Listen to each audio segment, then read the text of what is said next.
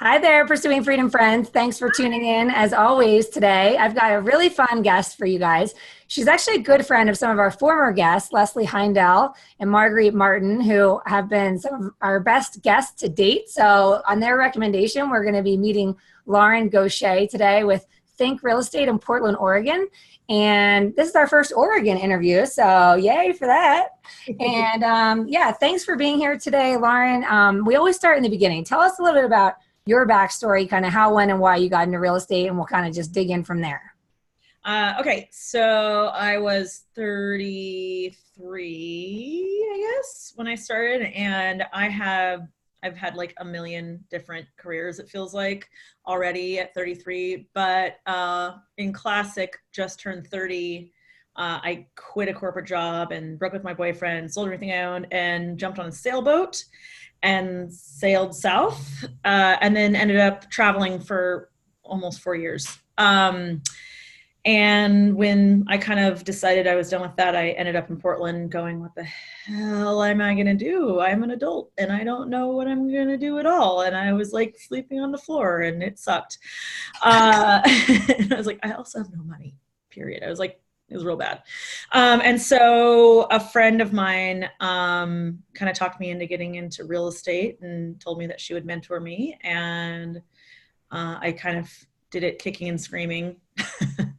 I'm just laughing because I can resonate with that from when I fully was like, she was like, you should do it. And I was like, don't tell me what to do.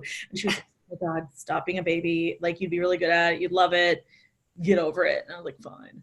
And so I did it, and she was right. I am very good at it and I really love it. So that was 6 years ago. And yeah, that's So, okay, before we go into real estate, I just want to know, did you spend like 4 years sailing around the world, or did you end up living in different places? That was the plan.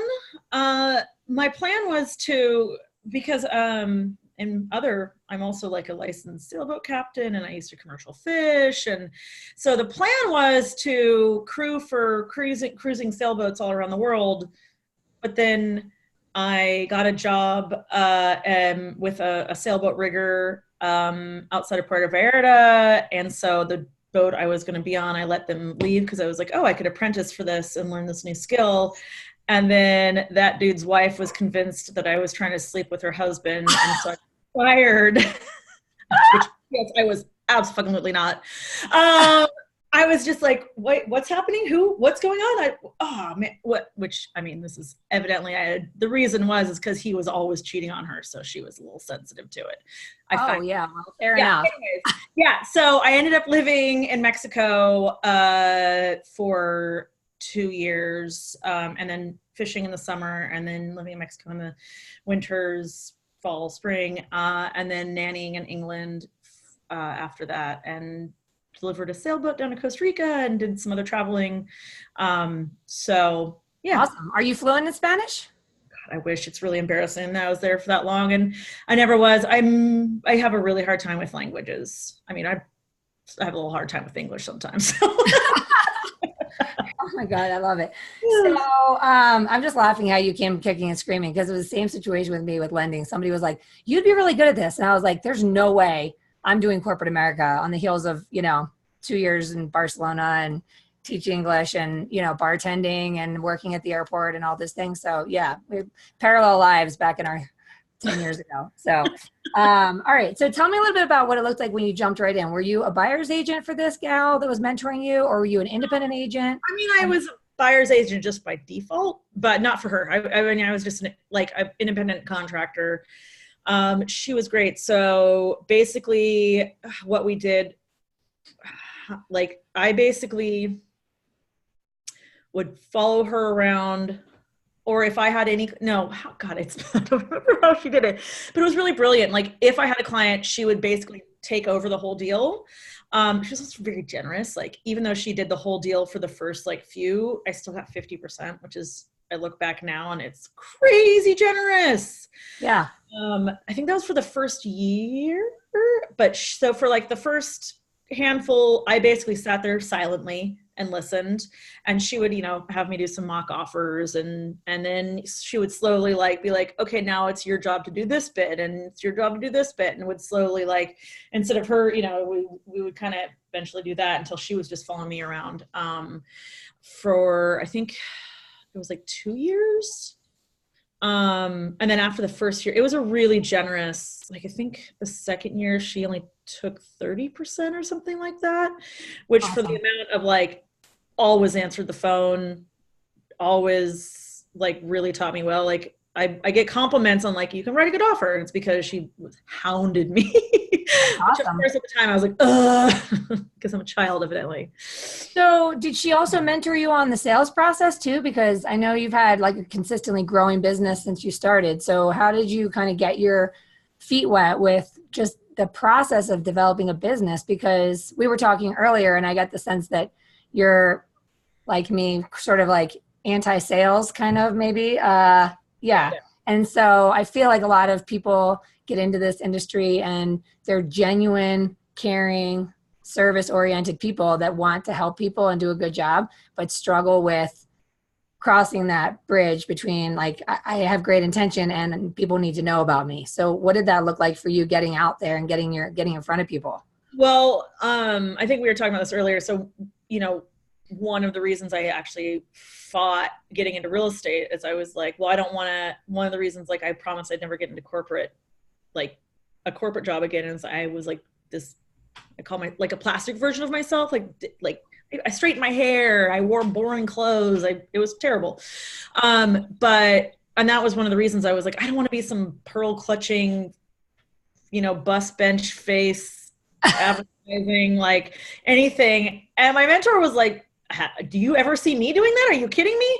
And she was like, listen, and this was before I even got my license. Cause I was like, I don't want to do it. I don't want to be this icky version of myself. And she was like, no.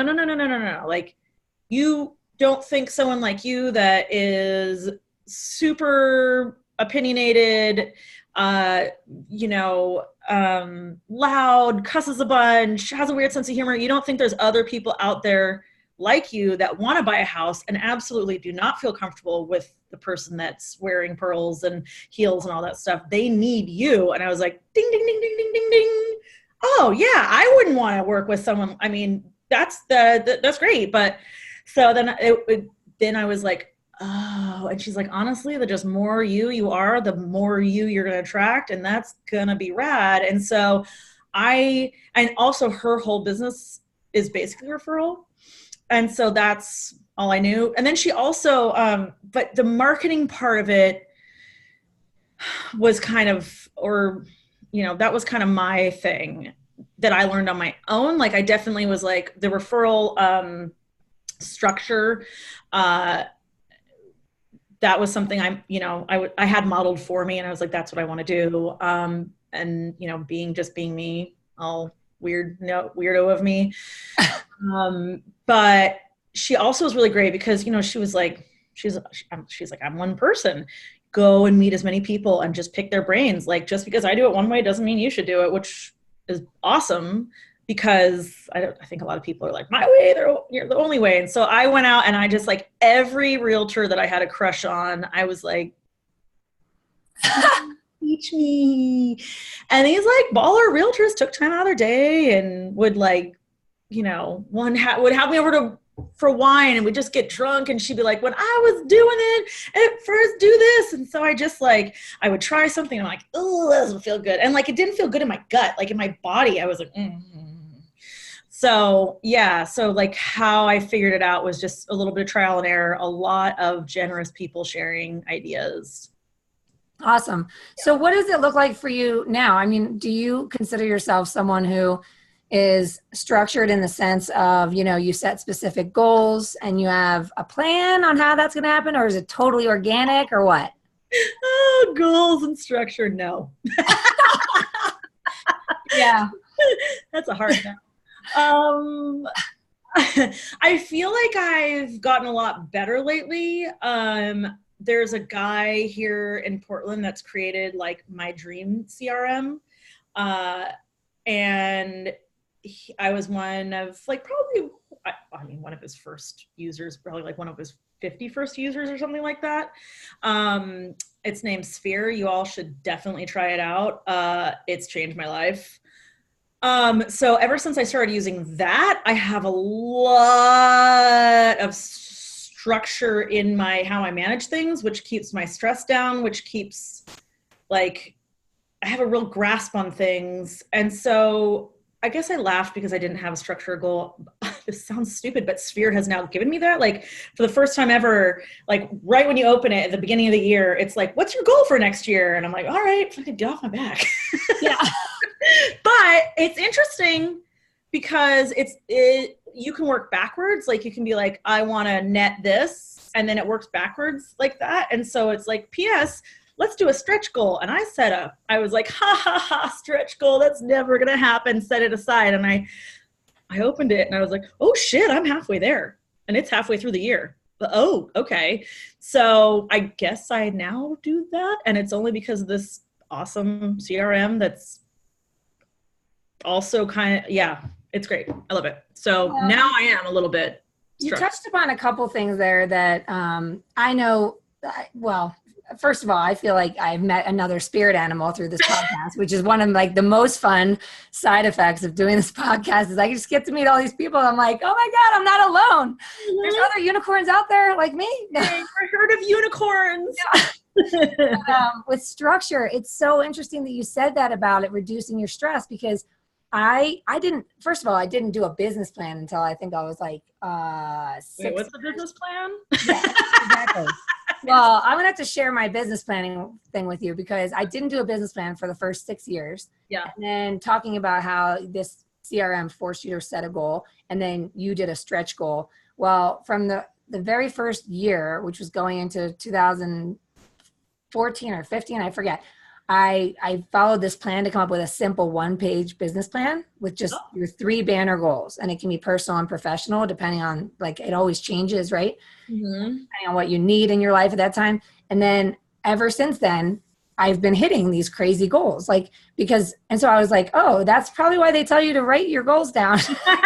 All right, fine. Everybody says it all the time. I guess I'll listen. See, I really don't like being told what to do. I know. And then so the other side effect of this podcast, which has been really interesting, is that I'm learning from a lot of unique people that have different ways of doing things and how much diversity there is in our industry, and folks can find success regardless of your personality, your education, your background, your upbringing, whatever.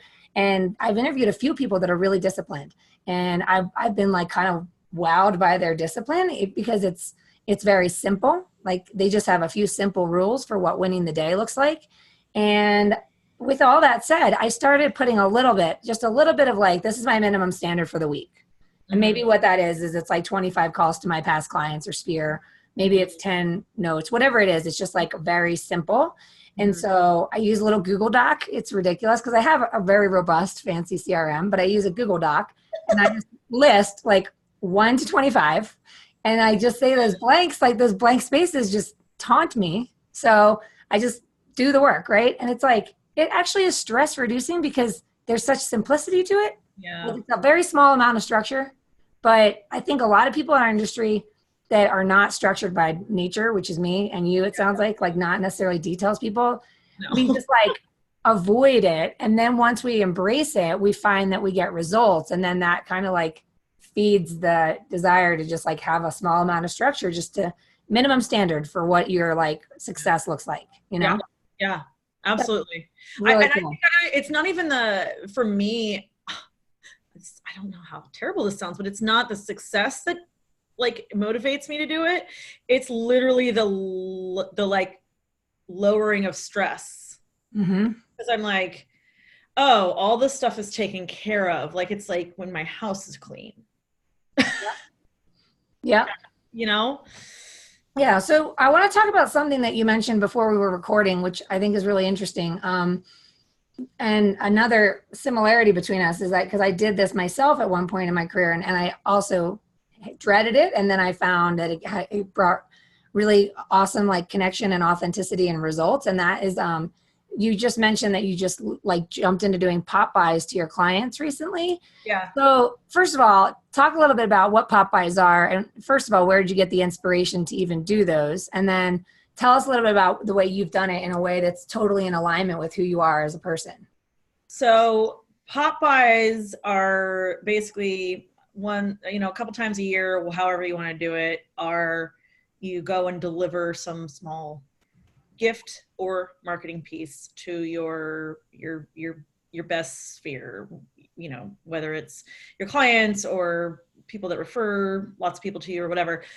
And every time I look online and it's basically trash. I mean, it's like, oh, cool. No one is going to maybe 10% of the people that you deliver this, for all intents and purposes, what's going to go in a landfill, because that's how it feels to me. And it's not about them. It's about you. And it's always just made me really grossed out that it's like my face on something, or like, I don't know. It just has felt, anytime I've like seen ideas, I just feel really gross. It's not me, which is why I've never done them. I've even bought crap for it and then been like, nope, I can't follow through. It's gross to me. So I have this grapevine in my backyard, and it's decades old. I mean, it's probably 50 years old. And every year some friends come over, we baby it. And last year was this like banger year for grapes. And these grapes are delicious. They're seedless. They're huge. They're green. I usually don't like green grapes. They're so sweet. And so last year I was like, oh, I have so many grapes. So I like cut a bunch of grapes and like gave them to my neighbors. And then I was like, fuck, I got more grapes. And then I like, who else lives around me? And I like put in the car. And so like, I would just every day have like this big bowl in my car. And then I'd just be like driving around and I'm like, oh, this person lives like a block from here, because like that's real estate. You know where everybody lives. Yeah. I'm like a stalker, right? And so I would be like, Sam lives right around the corner. And like, I would go and like sneak up and put it on their porch. And then I started posting on like Instagram. I was like, the Grape Fairy struck again. And everybody loved it. And then people were like, well, I want the Grape Fairy to come to my house. And I was like, send me your address and it will. One of my friends sent me this amazing video. She's like convinced her children that there is a Grape Fairy, and they like were telling her the story of what the Grape Fairy looked like, and they're imagining. Oh my God. Yeah. I was like, oh, so I basically accidentally just did a pop by, but it was fun and I liked it. And more importantly, they liked it.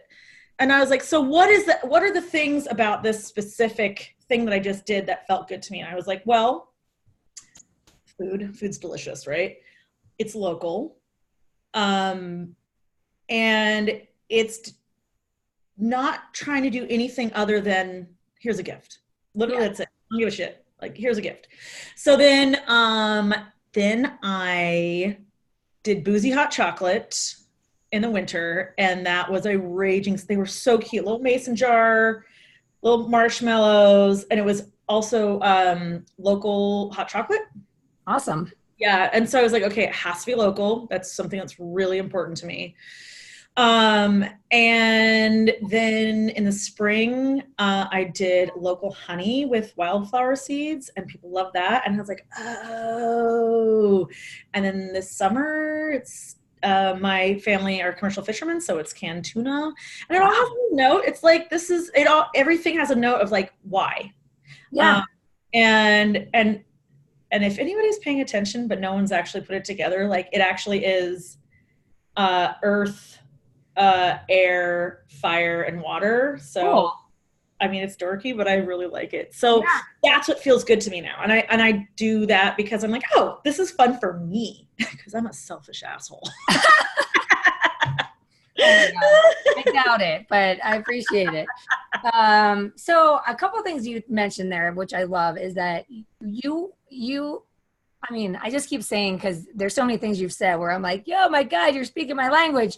Right. But when you said it's not about them, like when you talked about certain types of Popeyes and you're like, I don't like that type of of gift because it's not about them, it's about me. So like dropping off, you know, a listing flyer or something like that is it's with your face plastered on it is like, it's all about getting deals. Right. And I'm so passionate about and what like pursuing freedom is all about is just that. Like for 5 years, I was so broke. I ran out of money for gas and had to ride my bike to a client meeting because I just could not figure out how to like make things click in this business because I hated anything that was salesy that felt like there was an agenda behind it and that it was all about me and how I'm going to get a deal.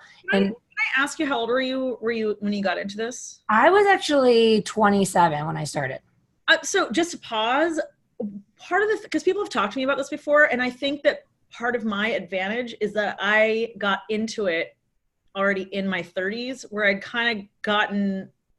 already gotten into that, like, yeah, I've lived a life I don't love. I'd kind of gone through it. And I think I've really given this thought, like all these people that get into it really 20s, they still haven't quite figured that out yet of the, like, I'm doing this for me kind of thing. I don't know.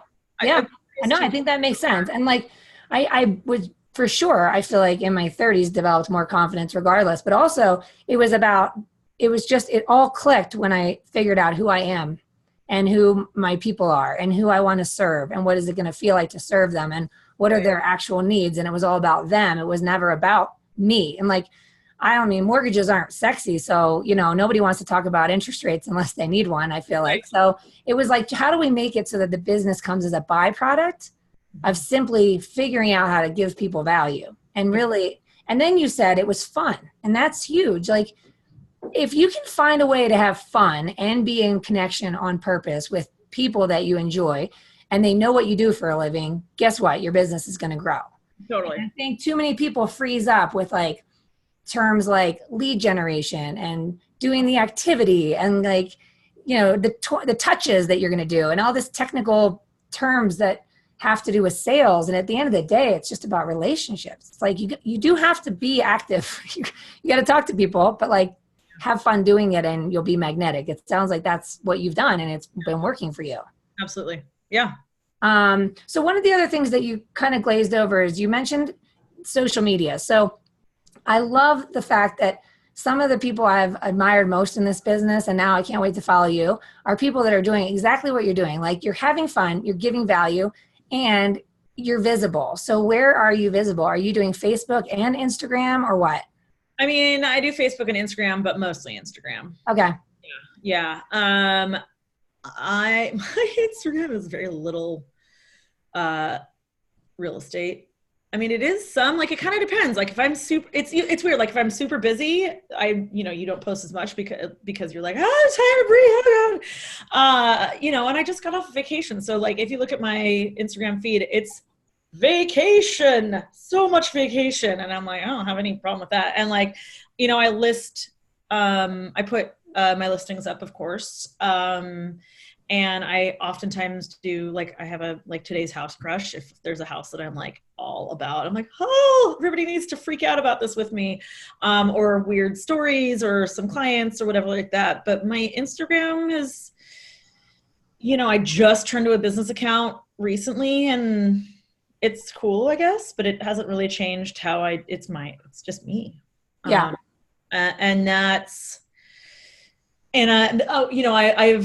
I deliberately post about political stuff. I deliberately make my politics are really important to me. They are part of my core.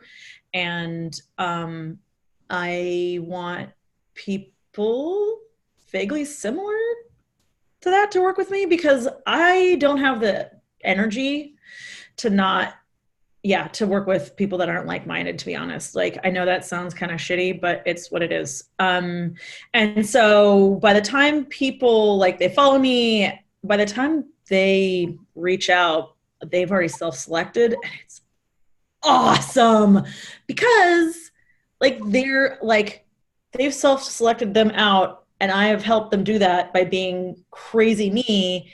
And by the time they're my clients, it's like the perfect match.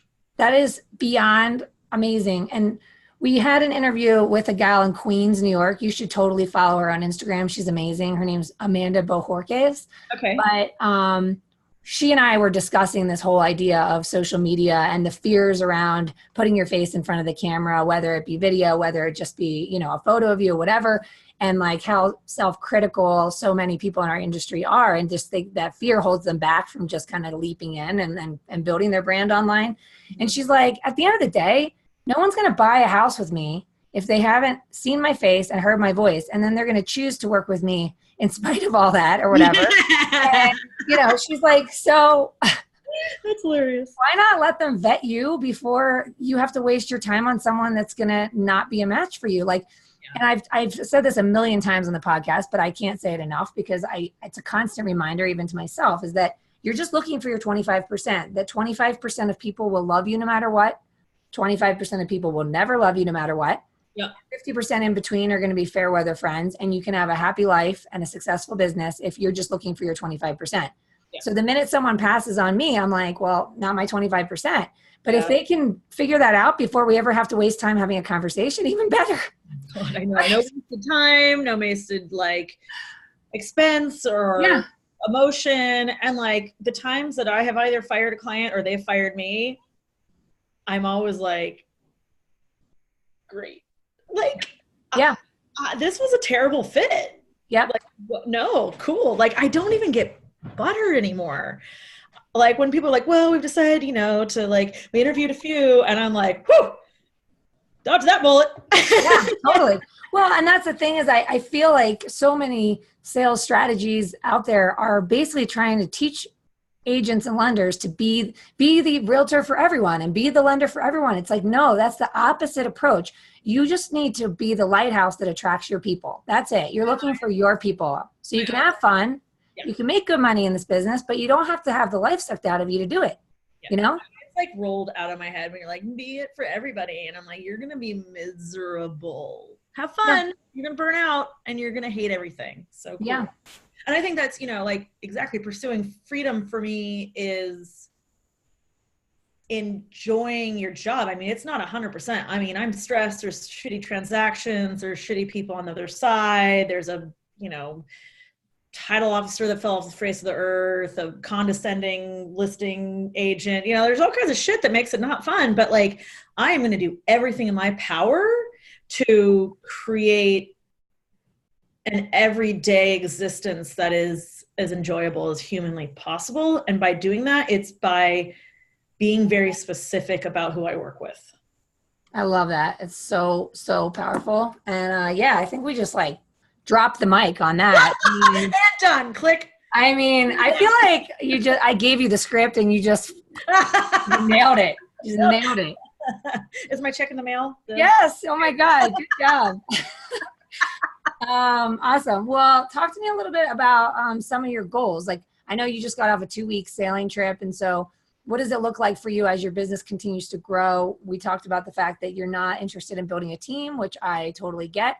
So what do you see for yourself for the future in the way of balancing that, you know, growth of my business without compromising the lifestyle and the vacations and all the other stuff you like to enjoy? So a few things. One, August and January are both dead. So my goal is to take one or both of those off and just like shut it down. So that's a big goal of mine. I don't know if I'm ready to do it yet. I mean, also I have 2 dogs that are like my fur babies. So I don't want to be gone for a month unless they get to come with me. So like a road trip or something like that I get to bring my little babies with. But in order to do that, I have to feel more comfortable about referring business out. I have started doing it here and there, and I'm not very good at it yet. I'm not very good at me feeling comfortable with it. I'm not very good at mostly me feeling comfortable with it. So I need to really work on it on my end. And Marguerite Martin has been, I mean, amazing at like coaching me through that and be like, oh, this is for their best interest. So I think that's probably one of my bigger things is so I can do that and feel good about it. Cause I mean, all this stuff, if I don't feel right about it in my body, then I know it sounds crazy that I just don't do it. And so I need to wrap my mind around how to do that so I can do it and my people are still taken care of. I have the solution for you. I'm going to send you a pillow that my sister sells in her shop. And it just says, a wise woman once said, let that shit go. And she's like, happily ever after. All right, done. Solved. That's all you need. It's just like, drop that pillow somewhere visible. Yeah. That's it. It's done. Like, we've pretty much solved all the world's problems here today. So. Yeah. I mean, done. Love it. Done.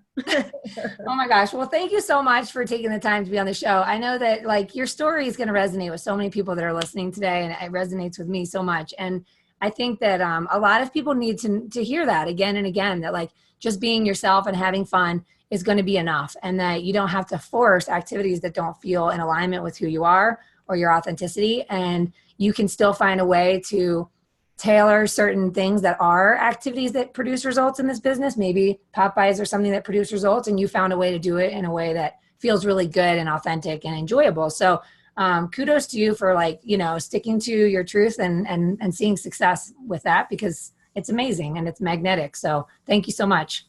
Awesome. Thank you so much for having me. It's so much fun. And we are of the same unicorn herd for sure. I love it.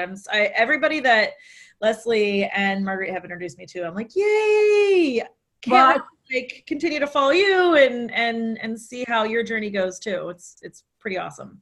Well, I love that. And I think that's also a really important piece here is that if you guys are listening to this podcast and you know, you have people that you admire that are in the industry, or you feel like are doing something that's unique or in alignment with the way you'd like to see your business, don't be afraid to reach out and pick people's brains. I think there's a lot of amazing people in this industry that are happy to share.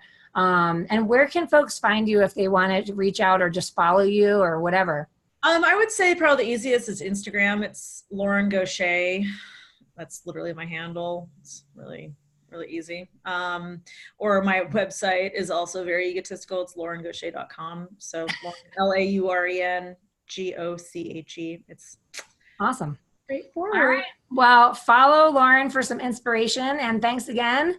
And as always, guys, if you're enjoying this content, please do me a favor and subscribe to the podcast either on YouTube or on your podcast app on your phone, on iTunes. Just scroll down and hit subscribe. Leave a review if you're enjoying the content. It helps us continue to attract awesome guests like Lauren, and make sure this content gets found by the folks that need this kind of inspiration. So I love and appreciate all of you. Have an awesome day.